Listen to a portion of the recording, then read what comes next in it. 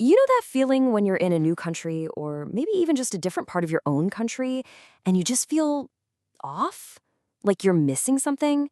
It's like there's this invisible set of rules that everyone else got the memo on, but you didn't.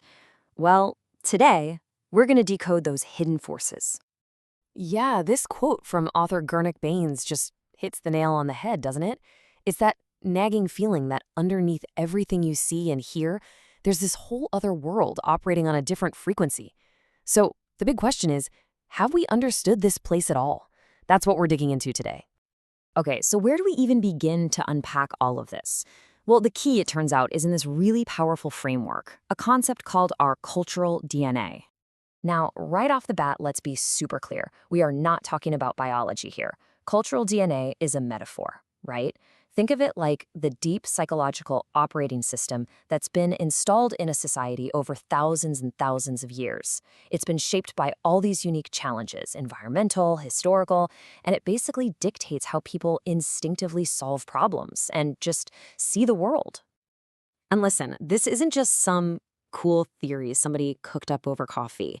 It is grounded in some serious research. We're talking about a framework that's built on three massive pillars. First, you've got primary data. Get this, from over 30,000 executive assessments spanning 25 years. Then, it's backed up by a deep dive into all the major cultural studies you've probably heard of. And finally, it pulls everything together with insights from psychology, genetics, and history. So yeah, it's legit. All right, so enough with the theory. How does this actually play out in the real world? Let's dive into our first case study, the United States, which the author dubs the change makers. So a huge chunk of America's cultural code was written by its very first settlers. You had these distinct groups, each bringing their own piece of the puzzle. You had the Puritans up north, who basically hardwired this intense, disciplined work ethic into the culture.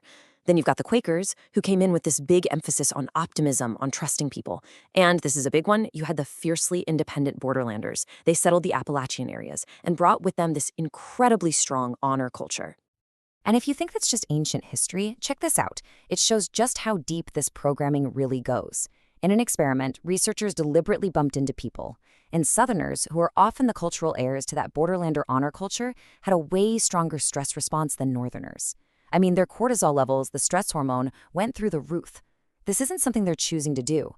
It's a deep cultural instinct that you can literally measure in their bodies today. Wild, right?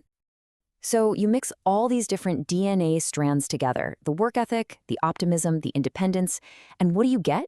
You get a culture that is obsessed with functionality. It's all about function over form. You see it everywhere, from these massive, efficient highway systems to the way language is often used as a direct, pragmatic tool. The American blueprint, at its core, is just about getting things done, period. Okay, now let's do a complete 180. We're going to look at a totally different cultural operating system, China, a culture the author calls the seekers of harmony.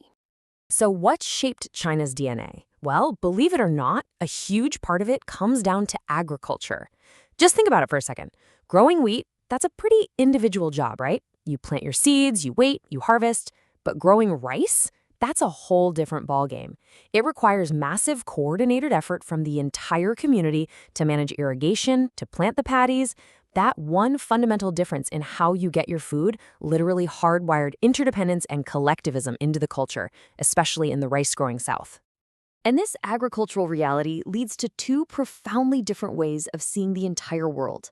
The Western view tends to be very linear, analytical. A causes B. The focus is on the individual as the main character, the one making things happen.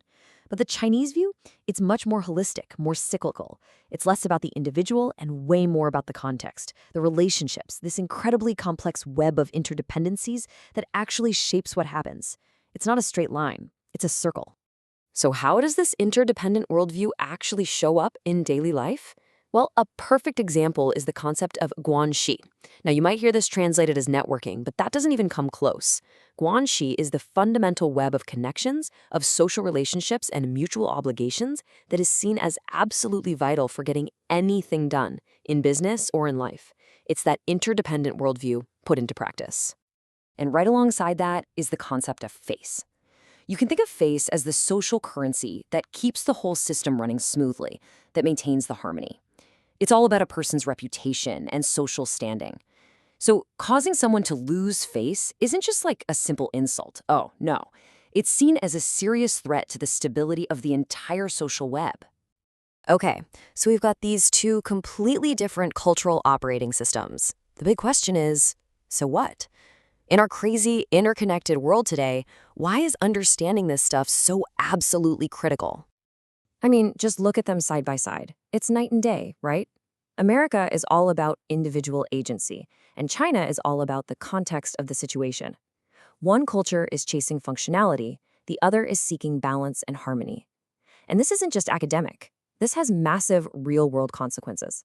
Think about a simple business negotiation. The American side might be focused on the details, the individual clauses in the contract, but the Chinese side is likely focused on the long-term relationship, the guanxi. If you don't understand that fundamental difference, you're just talking past each other. So yeah, this isn't just interesting, it's mission critical. And really, this is the most important thing to take away from all of this. Neither of these systems is better or worse. They are both brilliant adaptations to completely different challenges. The American DNA was a perfect tool for conquering a vast new continent. The Chinese DNA was an equally perfect tool for thriving in a dense, ancient, and crowded land.